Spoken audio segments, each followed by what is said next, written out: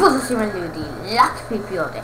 Ćemo da igramo, ne da igramo, ćemo da igramo, da ćemo pokažem kako napraviti top u Minecraft. Nadam se Jano sam, kao što vidite, pošto imam skin Alexa, ne, idemo da počnemo. Čekaj. Ovo vam je prva verzija topa. Vidite. To sam vidio od Serbijana, a ovo sam ja izmislio.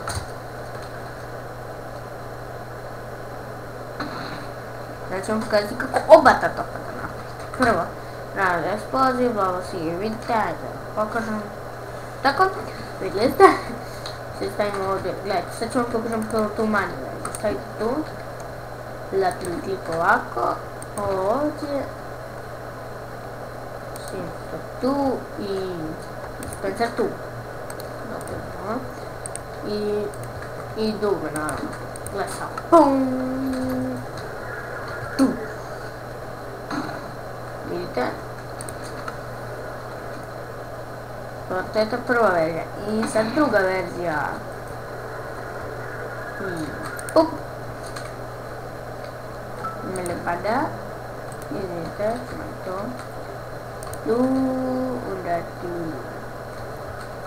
Tu, tu, i tu, tu, i tu. Tu, tu, tu. To.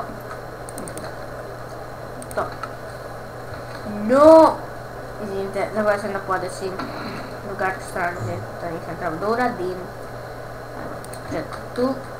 Znači tu,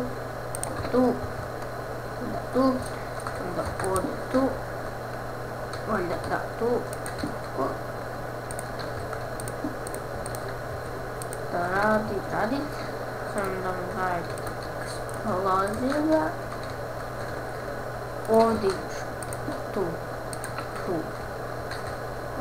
s ovog strane. Stavite TNT i to je to! Boom! Vidite to, poleti. Boom! Stavite ovo. Vidite tu ljudi. Boom! Nešto je za kopanje. Jednom. Boom! Evo još jednom pogledam kako to radi. Ovo ga digne. Ovo ispali i ovo ga digne. A u ovoj mojoj verziji odleti tako samo čisto. To je to. Znate kao je mini tutorial. Kako da vam pogledam kako da napravite top u Minecraftu i tamo da sunce i da zalazi. I tako je za ovaj klip. Vidimo se u sljedećem. Zezaj ljudi! Boom!